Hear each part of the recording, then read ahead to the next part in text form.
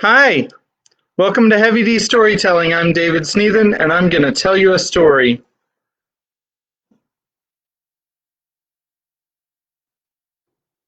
Doo-doo-doo. All right, actually, we're going to finish the story today. That's pretty exciting and sad at the same time because every time you finish a book, especially when it's the last book in a series, and C.S. Lewis isn't going to come back from the dead and write any more, I guarantee it. It is kind of bittersweet to finish. It's both good and sad. All right. No, JJ. All right, so we're on chapter 18, and we are going to read John chapter 18. When Jesus had spoken these words, he went out with his disciples across the brook Kidron, where there was a garden, which he and his disciples entered. Now Judas, who betrayed him, also knew the place, for Jesus often met there with his disciples. So Judas, having procured a band of soldiers and some officers from the chief priests and the Pharisees, went there with lanterns and torches and weapons. Then Jesus, knowing all that would happen to him, came forward and said to them, "Whom do you seek?" They answered him, "Jesus of Nazareth." Jesus said to them, "I am he." Judas, who betrayed him, was standing with them. When Jesus said to them, "I am he," they drew back and fell to the ground. So he asked them again, Whom do you seek? And they said, "Jesus of Nazareth." Jesus answered, "I told you that I am he. So if you seek me, let these men go." This was to fulfill the word which he had spoken, "Of those whom you gave me, I have lost not one." Then Simon Peter, having a sword, drew it and struck the high priest's servant and cut off his right ear. The servant's name was Malchus. So Jesus said to Peter, "Put your sword into its sheath. Shall I not drink the cup that the Father has given me?" So the band of soldiers and their captain and the officers of the Jews arrested Jesus and bound him. First they led him to Annas, for he was the father-in-law of Caiaphas, who was the high priest that year. It was Caiaphas who had advised the Jews that it would be expedient that one man should die for the people. Simon Peter followed Jesus, and so did another disciple. Since that disciple was known to the high priest, he entered with Jesus into the courtyard of the high priest. But Peter stood outside at the door, so the other disciple, who was known to the high priest, went out and spoke to the servant girl who kept watch at the door, and brought Peter in. The servant girl at the door said to Peter, "You also are one of this man's disciples, are you?" He said, "I am not." Now the servants and officers had made a charcoal fire because it was cold, and they were standing and warming themselves. Peter also was with them, standing and warming himself. The high priest then questioned Jesus about his disciples and his teaching. Jesus answered him, "I have spoken openly to the world. I have always taught in synagogues and in the temple, where all the Jews come together. I have said nothing in secret. Why do you ask me? Ask those who have heard me what I said to them. They know what I said."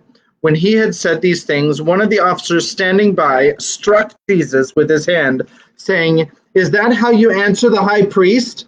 Jesus answered him, "If what I said is wrong, bear witness about the wrong.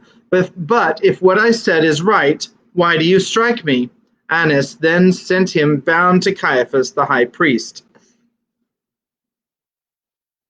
Not Dad's fault. Okay. Now Simon Peter was standing and warming himself, so they said to him, You also are not one of his disciples, are you?" He denied it and said, "I am not." One of the servants of the high priest, a relative of the man whose ear Peter had cut off, asked, "Did I not see you in the garden with him?" Peter again denied it, and at once the rooster crowed. Then they led Jesus from the house of Caiaphas to the governor's headquarters. It was early morning. They themselves did not enter the governor's headquarters, so that they would not be defiled, but could eat the Passover. So Pilate went outside to them and said, "What accusation do you bring against this man?" They answered him, "If this man were not doing evil, we would not have delivered him over to you." Pilate said to them, "Take him yourselves and judge him by your own law." The Jews said to him, "It is not lawful for us to put anyone to death." This was to fulfill the word that Jesus had spoken, to show by what kind of death he was going to die. So Pilate entered his headquarters again and called Jesus and said to him, "Are you the king of the Jews?" Jesus answered, "Do you say this of your own accord, or did others say it to you about me?" Pilate answered, "Am I a Jew? Your own nation and the chief priests have delivered you over to me. What have you done?" Jesus answered, "My kingdom is not of this world. If my kingdom were of this world, my servants would have been fighting, that I might not be delivered over to the Jews. But my kingdom is not from this world." Then Pilate said to him, "So you are a king?" Jesus answered, "You say that I am a king. For this purpose I was born, and for this purpose I have come into the world, to bear witness to the truth. Everyone who is of the truth listens to my voice." Pilate said to him, "What is truth?" After he had said this, he went back outside to the Jews and told them, "I find no guilt in him. But you have a custom that I should release one man for you at the Passover. So do you want me to release to you the king of the Jews?" They cried out again, "Not this man, but Barabbas was a robber." That's the end of chapter 18. And then in chapter 19 tomorrow, we'll read about the crucifixion. So, and I want to read this again because I just had a realization, because Brandon Walker, a friend of ours, was asking some questions about the Passover, and he was asking because the disciples celebrated the Passover, and so it had to do with Zach's Sabbath thing, and I don't want to get too much into this on this channel because that's not what we're doing, and especially not tonight because I just don't have time for it. But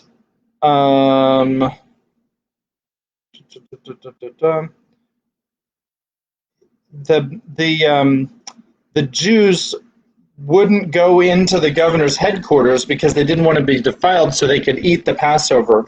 So that's telling me that the Passover was going to be eaten the following day for most people, and maybe under some special provision, Jesus and his disciples had eaten it the night prior because Jesus knew what was going to happen. I don't know. Obviously, more research on that, but more to follow. All right. So now, without further ado, we have Kimberly's synopsis. What? Kim? JJ, sit down. So in the last chapter, the Narnians, what happened was they talked for a bit, they ate a few fruits, and then they saw that the dwarves they still thought that they were in a stable. And so when they really weren't, they were in a nice green field. What is going on? You guys are supposed to be sitting down in the family room. And so what happened was, then they saw the door, and they looked through the door. They looked through the keyhole, and a few minutes later, Aslan. Look where you're going, Dan. Nice catch, Kimmy. Thank you.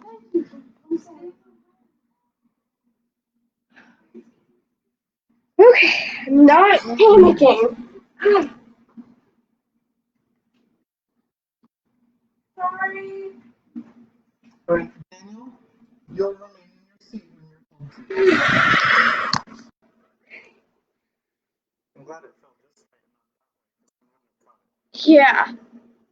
Well, he pulled it like this, so it would have Yeah, gone but this way.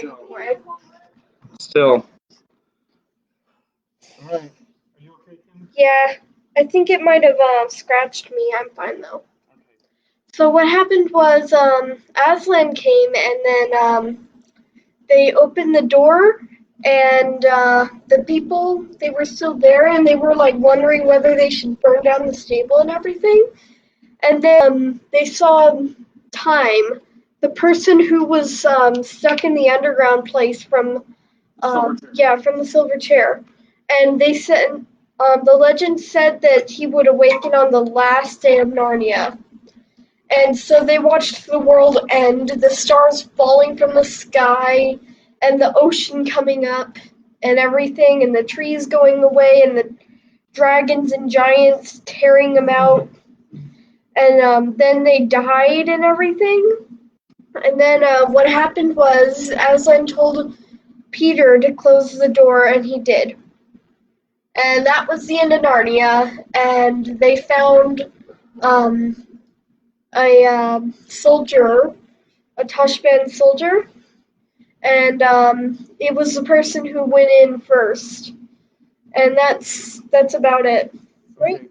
Yeah, I actually have a little bit of objection to that particular thing because that soldier was, when he went in, he was looking for Tosh. Yeah. And Tosh is like the personification of the devil or something. I mean, at least that's how I perceive it.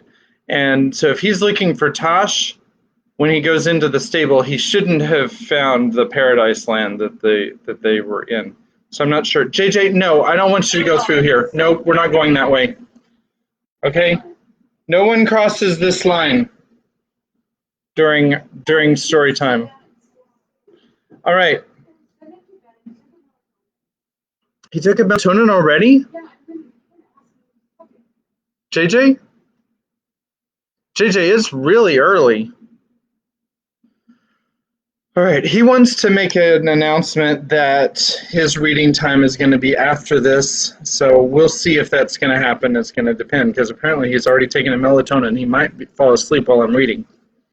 There was one other thing that I wanted to say about the story. Oh, this is what it was.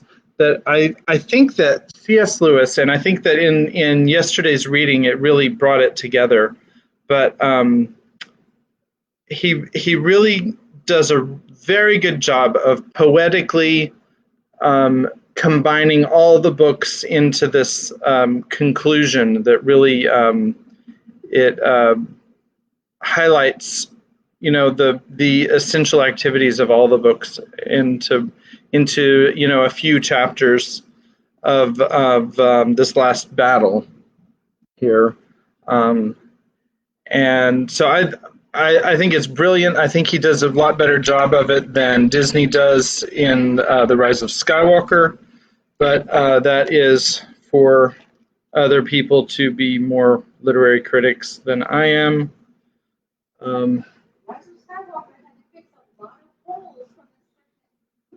All right, so anyway, are you saying that Disney is better writers than C.S. Lewis?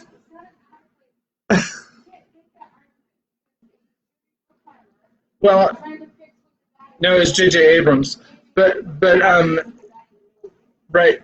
No, I understand. Yeah, Rian Johnson messed up the Skywalker saga, but the whole thing was skewed from the beginning because it had several different authors in the whole series. I mean, there was George Lucas, obviously, for the first two trilogies, sort of, but I mean, yeah, he sort of failed the prequel trilogy. It has some redeeming values, but overall, I think it was too blah blah. But it is what it is. All right, Daniel asked me to stop rambling and get on to the story. Who agrees with Daniel? Who agrees with Daniel and thinks we should start reading? Waiting. All right, fine. Okay, put your comments in the box. Oh, yeah, Disney didn't do a good job with them. Okay. Chapter 15. Further up and further in. "Know, O warlike kings," said Emeth, "and you, O ladies whose beauty illuminates the universe, that I am Emeth, the seventh son of Harpa Tarkan, of the city of Teshgan, westward beyond the desert. I came lately into Narnia with 29 others, under the command of Rishta Tarkan. Now when I first heard that we should march upon Narnia, I rejoiced, for I had heard many things of your land, and desired greatly to meet you in battle. But when I found that we were to go in disguised as merchants, which is a shameful dress for a warrior and the son of a Tarkan, and to work by lies and trickery, then my joy departed from me. And most of all, when I found we must wait upon a monkey, and when it began to be said that Tosh and Aslan were one, then the world became dark in my eyes. For always, since I was a boy, I have served Tosh, and my great desire was to know more of him, if it might be, to look upon his face. But the name of Aslan was hateful to me. Maybe C.S. Lewis heard me from the grave and is about to address the issue of this Tarkan soldier. Anyway, all right. Sorry, I'll continue. As you have seen, we were called together outside the straw-roofed hovel, night after night, and the fire was kindled, and the ape brought forth out of the hovel something upon 4 legs that I could not see well. And the people and the beasts bowed down and did honor to it. But I thought, the Tarkan is deceived by the ape, for this thing that comes out of the stable is neither Tash nor any other god. But when I watched the Tarkan's face, and marked every word that he said to the monkey, then I changed my mind, for I saw that the Tarkan did not believe in it himself. And then I understood that he did not believe in Tash at all, for if he had, how could he dare to mock him? When I understood this, a great rage fell upon me, and I wondered that the true Tosh did not strike down both the monkey and the Tarkan with fire from heaven. Nevertheless, I hid my anger and held my tongue and waited to see how it would end. But last night, as some of you know, the monkey brought not forth the yellow thing that but said that all who desired to look upon Tashlan, for so they mixed the 2 words to pretend that they were all one, must pass one by one into the hovel. And I said to myself, doubtless this is some other deception. But when the cat had followed in and had come out again in the madness of terror, then I said to myself, surely the true Tash, whom they called on without knowledge or belief, has now come among us and will avenge himself. And though my heart was turned into water inside me because of the greatness and terror of Tosh, yet my desire was stronger than my fear, and I put force upon my knees to stay them from trembling, and on my teeth that they should not chatter, and resolved to look upon the face of Tosh, though he should slay me. So I offered myself to go into the hovel, and the Tarkan, though unwillingly, let me go. As soon as I had gone in at the door, the first wonder was that I found myself in this great sunlight, as we all are now, though the inside of the hovel had looked dark from outside. But I had no time to marvel at this, for immediately I was forced to fight for my head against one of our own men. As soon as I saw him, I understood that the monkey and the Tarkan had set him there to slay any who came in if he were not in the secrets, so that this man also was a liar and a mocker, and no true servant of Tash. I had the better will to fight him, and having slain the villain, I cast him out behind me through the door. Then I looked about me and saw the sky and the wide lands, and smelled the sweetness. And I said, by the gods, this is a pleasant place. It may be that I have come into the country of Tash. And I began to journey into the strange country and to seek him. So I went over much grass and many flowers, and among all kinds of wholesome and delectable trees, till lo, in a narrow place between 2 rocks, there came to meet me a great lion. The speed of him was like the ostrich, and his size was an elephant's. His hair was like pure gold, and the brightness of his eyes like gold that is liquid in the furnace. He was more terrible than the flaming mountain of Lagor, and in beauty he surpassed all that is in the world, even as the rose in bloom surpasses the dust of the desert. Then I fell at his feet and thought, surely this is the hour of death, for the lion, who is worthy of all honor, will know that I have served Tash in all my days and not him. Nevertheless, it is better to see the lion and die than to be Tisroc of the world and live and not to have seen him. But the glorious one bent down his golden head and touched my forehead with his tongue and said, Son, thou art welcome. But I said, Alas, Lord, I am no son of thine, but the servant of Tash. He answered, Child, all the service thou hast done to Tash, I account as service done to me. Then, by reasons of my great desire for wisdom and understanding, I overcame my fear and questioned the glorious one and said, Lord, is it then true, as the ape said, that thou and Tash are one? The lion growled so that the earth shook, but his wrath was not against me and said, It is false. Not because he and I are one, but because we are opposites. I take to me the services which thou hast done to him. For I and he are of such different kinds that no service which is vile can be done to me, and none which is not vile can be done to him. Therefore, if any man swear by Tash and keep his oath for the oath's sake, it is by me that he has truly sworn, though he know it not, and it is I who reward him. And if any man do a cruelty in my name, then though he says the name Aslan, it is Tash whom he serves, and by Tash his deed is accepted.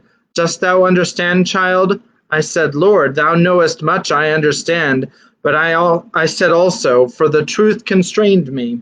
Yet I have been seeking Tash all my days. Beloved, said the glorious one, unless thy desire had been for me, thou wouldst not have sought so long and so truly. For all find what they truly seek. Then he breathed upon me and took away the trembling from my limbs and caused me to stand upon my feet. And after that he said not much, but that we should meet again, and I must go further up and further in. Then he turned him about in a storm and flurry of gold and was gone suddenly. And since then, O kings and ladies, I have been wandering to find him, and my happiness is so great that it even weakens me like a wound. And this is the marvel of marvels, that he called me beloved, me who am but as a dog. I have to disagree with C.S. Lewis on this one, but anyway, more to follow. Eh? What's that? Said one of the dogs. Sir, said Emeth, it is but a fashion of speech which we have in Calormen. Well, I can't say it's one I like very much, said the dog. He doesn't mean any harm, said an older dog. After all, we call our puppies boys when they don't behave properly. So we do, said the first dog, or girls. Shh, said the old dog. That's not a nice word to use. Remember where you are. Look, said Jill suddenly. Someone was coming rather timidly to meet them, a graceful creature on 4 feet, all silver gray, and they stared at him for a whole 10 seconds before 5 or 6 voices said all at once, Why, it's old Puzzle. They had never seen him by daylight with the lion skin off, and it made an extraordinary difference. He was himself now, a beautiful donkey with such a soft gray coat and such a gentle, honest face that if you had seen him, you would have done just what Jill and Lucy did, rushed forward and put your arms round his neck and kissed his nose and stroked his ears.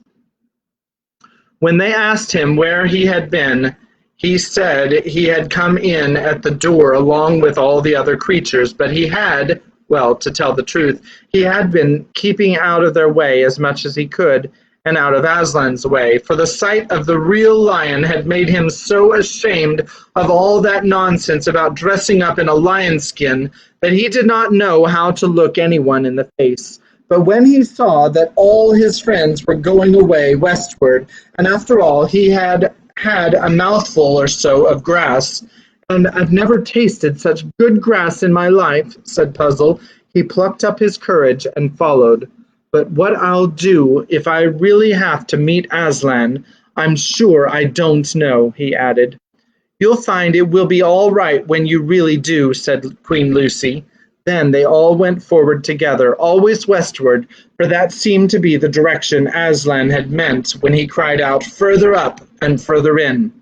Many other creatures were slowly moving the same way, but that grassy country was very wide and there was no crowding. It still seemed to be early, and the morning freshness was in the air. They kept on stopping to look round and to look behind them, partly because it was so beautiful, but partly also because there was something about it which they could not understand. "Peter," said Lucy, "where is this, do you suppose?" "I don't know," said the High King. "It reminds me of somewhere, but I can't give it a name. Could it be somewhere we once stayed for a holiday when we were very, very small?" "It would have to have been a jolly good holiday," said Eustace. "I bet there isn't a country like this anywhere in our world. Look at the colors. You couldn't get a blue like that, like the blue on those mountains in our world." "It is not Aslan's country." Is it not Aslan's country?" said Marianne. "Not like Aslan's country on top of that mountain, beyond the eastern end of the world," said Jill. "I've been there." "If you ask me," said Edmund, "it's like somewhere in the Narnian world. Look at those mountains ahead, and the big ice mountains beyond them. Surely they're rather like the mountains we used to see from Narnia, the ones up westward beyond the waterfall." "Yes, so they are," said Peter, "only these are bigger." "I don't think those ones are so very like anything in Narnia," said Lucy, "but look there." She pointed southward to their left, and everyone stopped and turned to look. "Those hills," said Lucy, "the nice woody ones and the blue ones behind. Aren't they very like the southern border of Narnia?" "Like?" cried Edmund after a moment's silence. "Why, they're exactly like. Look, there's Mount Pyre with its forked head, and there's the pass into Archenland and everything." "And yet they're not like," said Lucy. "They're different. They have more colors on them, and they look further away than I remembered, and they're more, I don't know." "More like the real thing," said the Lord Diggory softly. Suddenly Farsight the eagle spread his wings, soared 30 or 40 feet up into the air, circled round, and then alighted on the ground. "Kings and queens," he cried, "we have all been blind. We are only beginning to see where we are. From up there I have seen it all. Ettin's Muir, Beaver's Dam, the great river, and Cair Paravel still shining on the edge of the eastern sea. Narnia is not dead. This is Narnia." Here is the eagle, Farsight.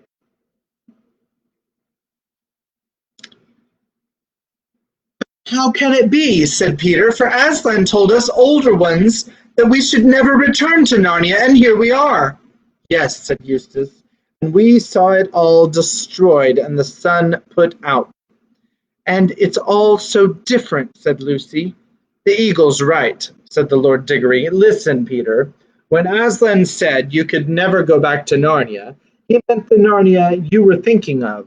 But that was not the real Narnia. That had a beginning and an end.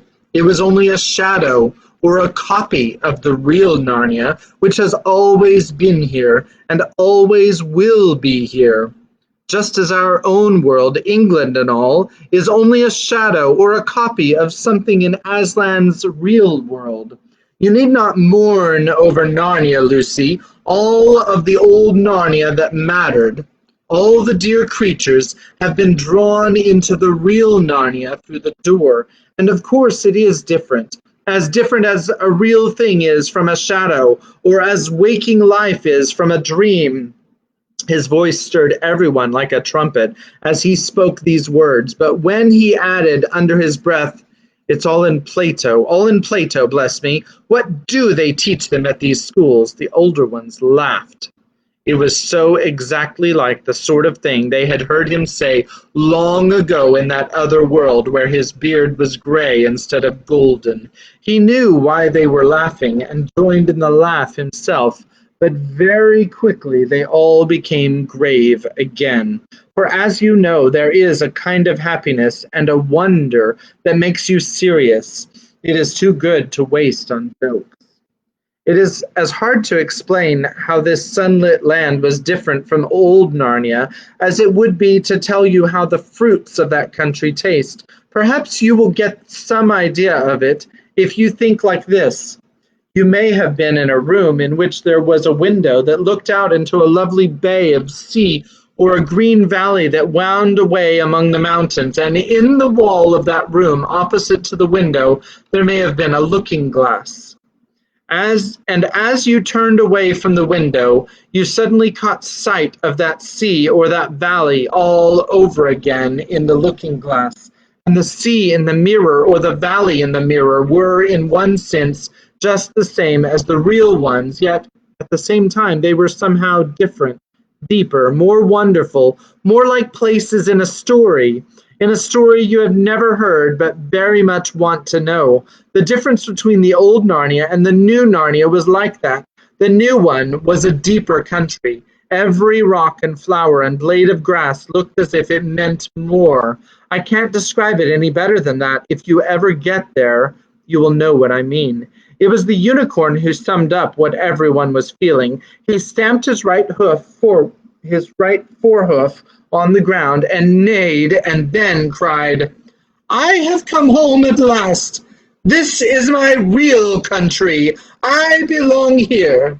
This is the land I have been looking for all my life, though I never knew it till now. The reason why we loved the old Narnia is that it sometimes looked a little like this.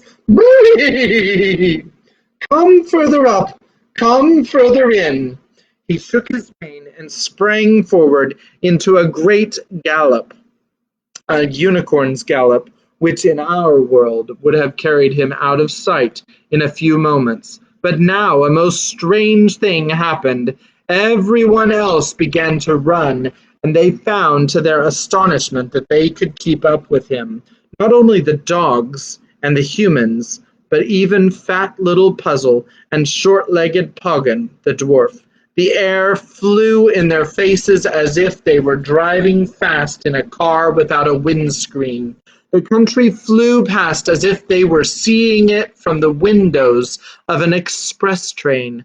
Faster and faster they raced, but no one got hot or tired or out of breath. Chapter 16. Farewell to Shadowlands. If one could run without getting tired, I don't think one would often want to do anything else, but there might be special reasons for stopping, and it was a special reason which made Eustace presently shout, "I say, steady, look what we're coming to." And well he might, for now they saw before them Cauldron Pool, and beyond the pool the high, unclimbable cliffs, and pouring down the cliffs thousands of tons of water every second. Just lost my place. Flashing like diamonds in some places and dark glassy green in others. The great waterfall, and already the thunder of it was in their ears. "Don't stop! Further up and further in," called Farsight, tilting his flight a little upward. "It's all very well for him," said Eustace, but Jewel also cried out, "Don't stop! Further up and further in! Take it in your stride!" His voice could only just be heard above the roar of the water, but next moment everyone saw that he had plunged into the pool, and helter-skelter behind him, with a splash after splash, all the others did the same.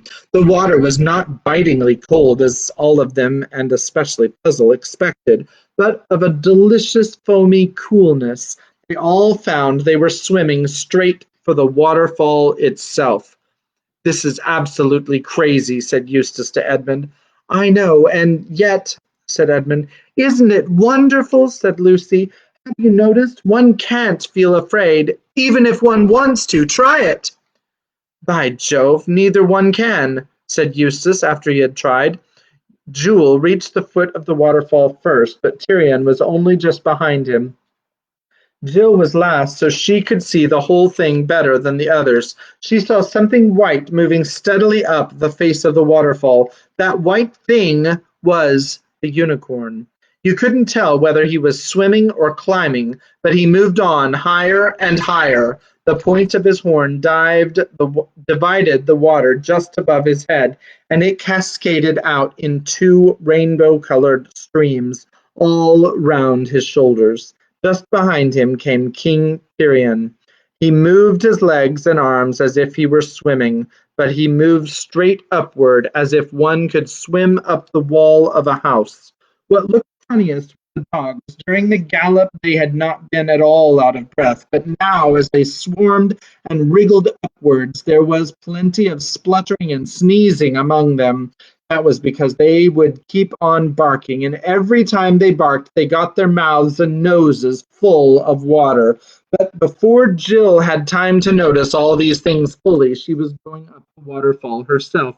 It was the sort of thing that would have been quite impossible in our world.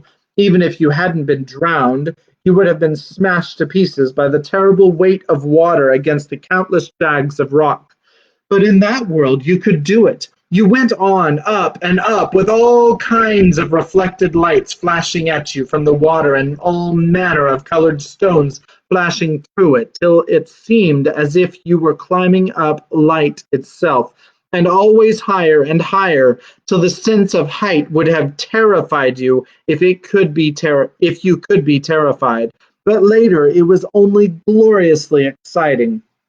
And then, at last, one came to the lovely smooth green curve in which the water poured over the top, and found that one was out on the level river above the waterfall. The current was racing away behind you, but you were such a wonderful swimmer that you could make headway against it. Soon they were all on the bank, dripping but happy.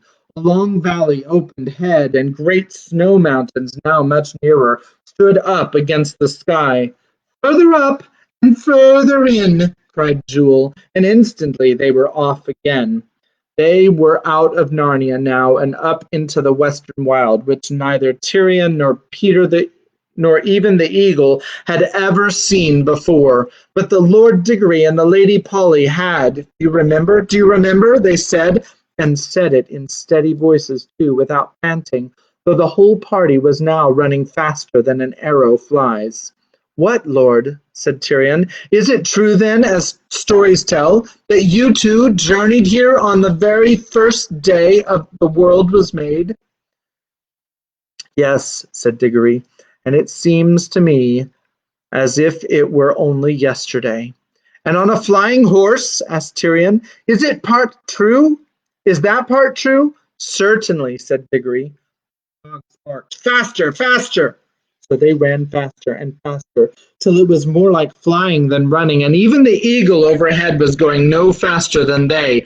And they went through winding valley after winding valley, and up the steep sides of hills, and faster than ever down the other side, following the river and sometimes crossing it, and skimming across mountain lakes as if they were living speedboats, till at last, at the far end of one long lake which looked as blue as a turquoise, they saw a smooth green hill. Its sides were as steep as the sides of a pyramid, and round the very top of it ran a green wall. But above the wall rose the branches of trees whose leaves looked like silver, and their fruit looked like gold.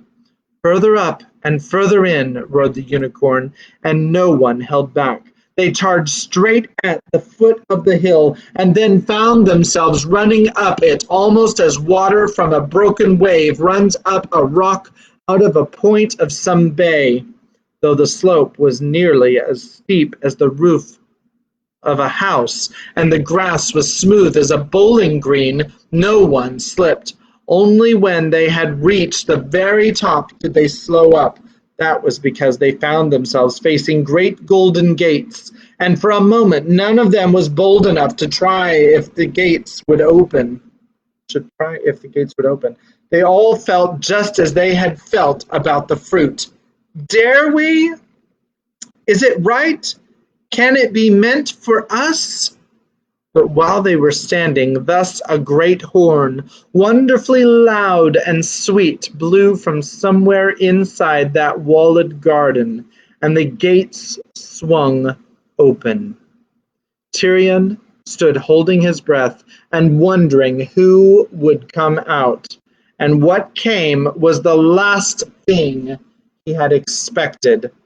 A little, sleek, bright-eyed, talking mouse, with a red feather stuck in a circlet on its head, and its left paw resting on a long sword. It bowed a most beautiful bow, and said in its shrill voice, "Welcome in the lion's name! Come further up and further in."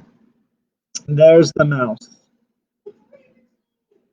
Timmy thinks it's Reepicheep. We'll have to see. Then she says, "Of course it is." Then Tyrion saw King Peter and King Edmund and Queen Lucy rush forward to kneel down and greet the mouse, and they all cried out, "Reepicheep!" And Tyrion breathed fast with a sheer wonder of it, for now he knew that he was looking at one of the great heroes of Narnia, because he doesn't have 7 of them next to him. Reepicheep the mouse, who had fought at the great battle of Beruna, and afterwards sailed to the world's end with King Caspian the seafarer.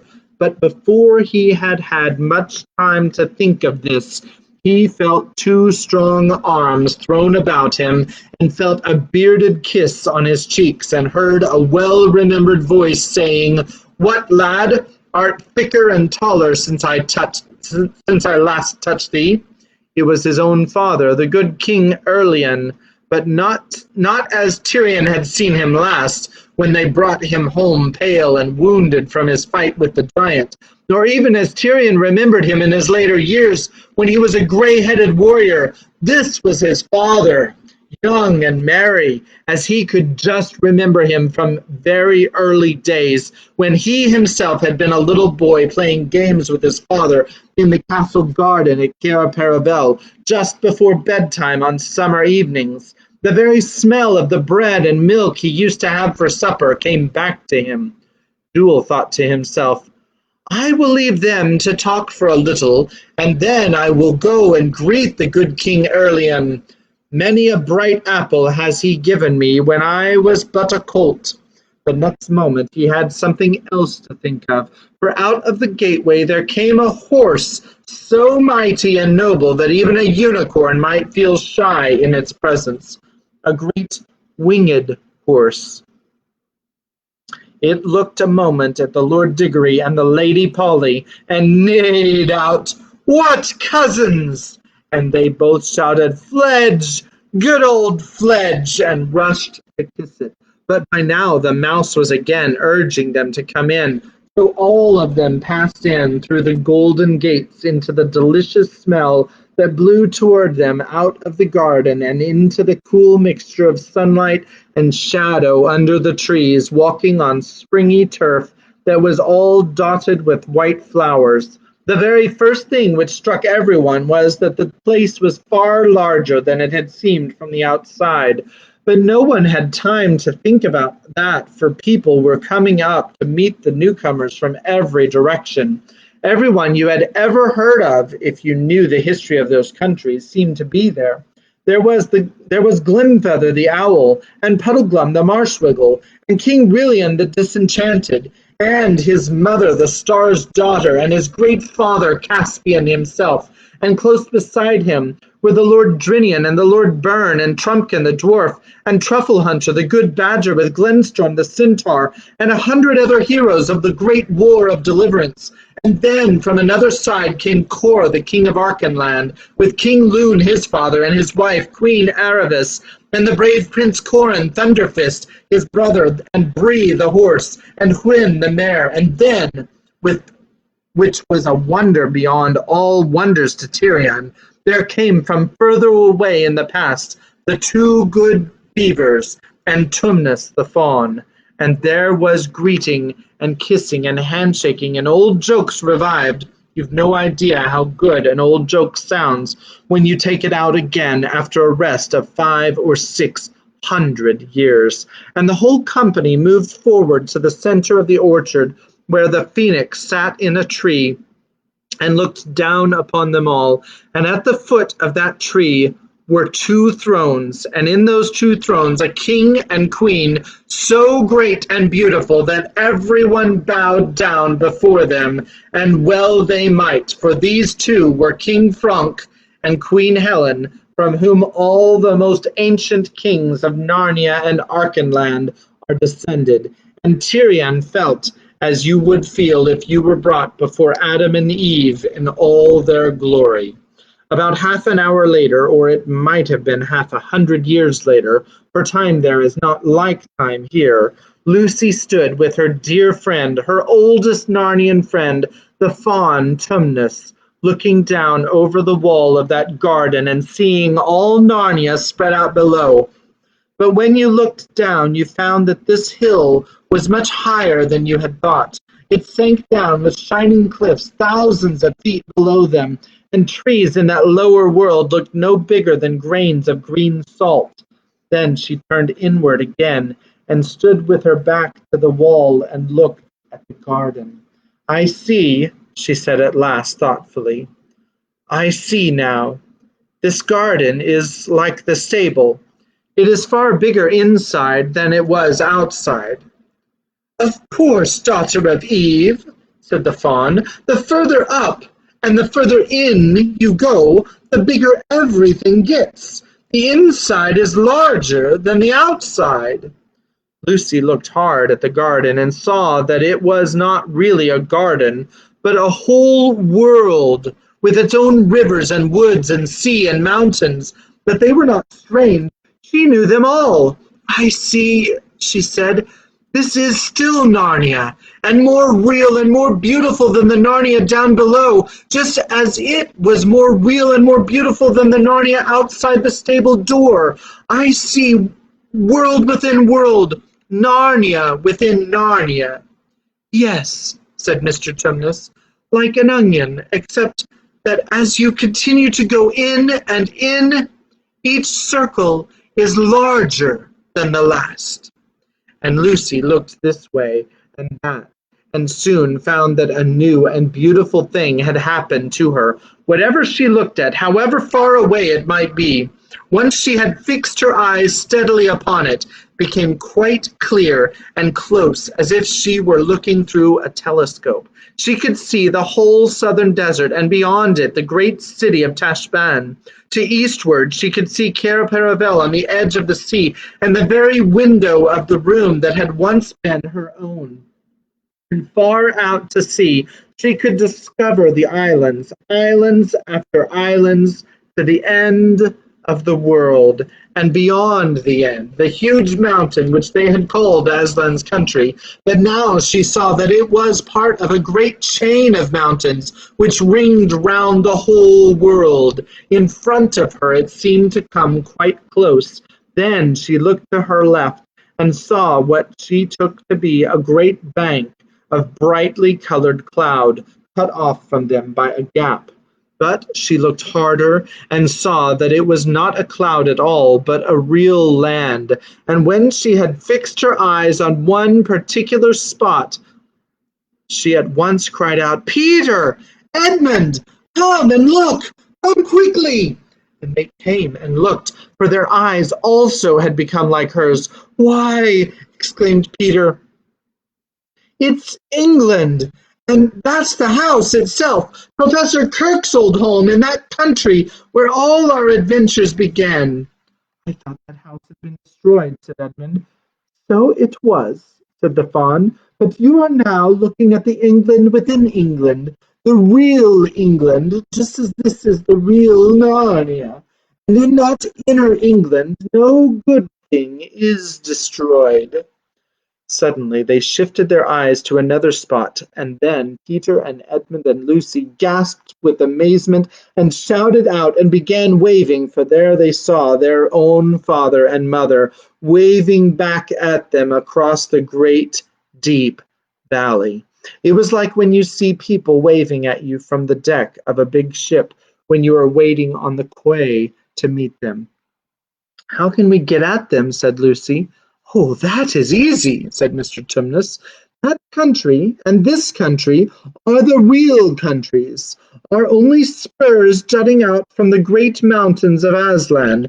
We have only to walk along the ridge, upward and inward, till it joins on. And listen! There is King Frank's horn. We must all go up."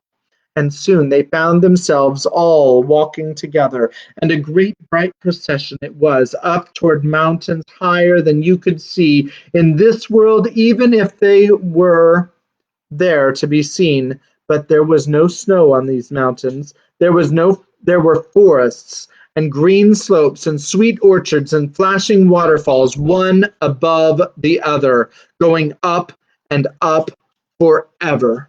And the land they were walking on grew narrower all the time, with a deep valley on each side. And across that valley, the land, which was the real England, grew nearer and nearer. The light ahead was growing stronger. Lucy saw that a great series of many-colored cliffs led up in front of them like a giant staircase. And then she forgot everything else, because Aslan himself was coming, leaping down from cliff to cliff like a living cataract of power and beauty. And the very first person whom Aslan called to him was Puzzle the donkey. You never saw a donkey look feebler and sillier than Puzzle did as he walked up to Aslan, and he looked beside Aslan as small as a kitten looks beside a Saint Bernard. The lion bowed down his head and whispered something to Puzzle, at which his long ears went down, but then he said something else, at which the ears perked up again. The humans couldn't hear what he had said either time. Then Aslan turned to them and said, "You do not yet look so happy as I mean you to be." Lucy said, "We're so afraid of being sent away, Aslan, and you have sent us back into our own world so often." "No fear of that," said Aslan. "Have you not guessed?" Their hearts leapt, and a wild hope rose within them. "There was a real railway accident," said Aslan softly. "Your father and mother, and all of you are, as you used to call it in the Shadowlands, dead. The term is over. The holidays have begun. The dream is ended. This is the morning." And as he spoke, he no longer looked to them like a lion, but the things that began to happen after that were so great and beautiful that I cannot write them. And for us, this is the end of all the stories, and we can most truly say that they all lived happily ever after. But for them, it was only the beginning of the real story. All their life in this world and all their adventures in Narnia had only been the cover and the title page. Now, at last, they were beginning chapter 1 of the great story which no one on earth has read, which goes on forever, in which every chapter is better than the one before. The end of Narnia. So, Daniel, I think you don't need to be quite so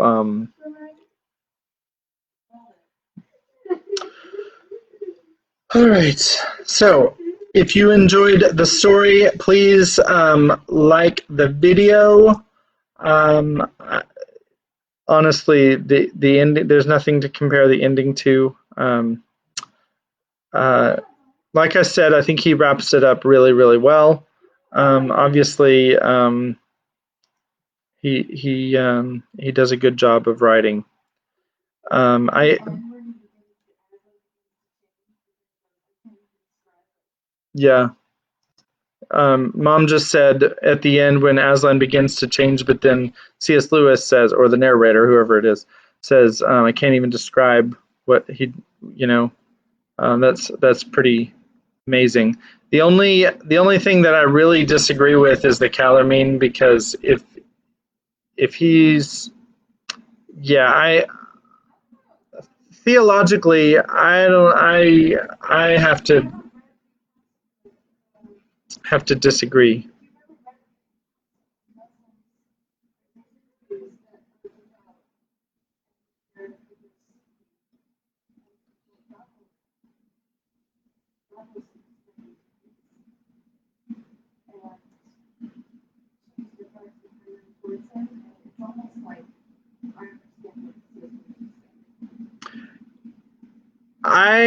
I can understand what he's saying, but I can't go as far as to say that somebody who worships Tosh could be said to have worshipped Aslan, even if he had a good heart.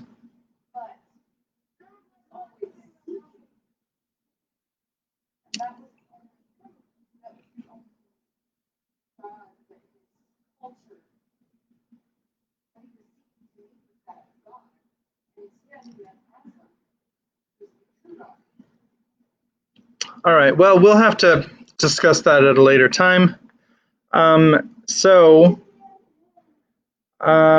don't think I have any likes on this video, so or maybe I'm just not seeing them, so it must not have been very good. But I hope that you guys do enjoy the video, and I hope that you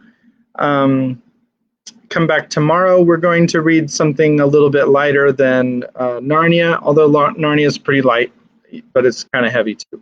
So anyway, God bless you. Y'all have a good night, and we'll talk to you later.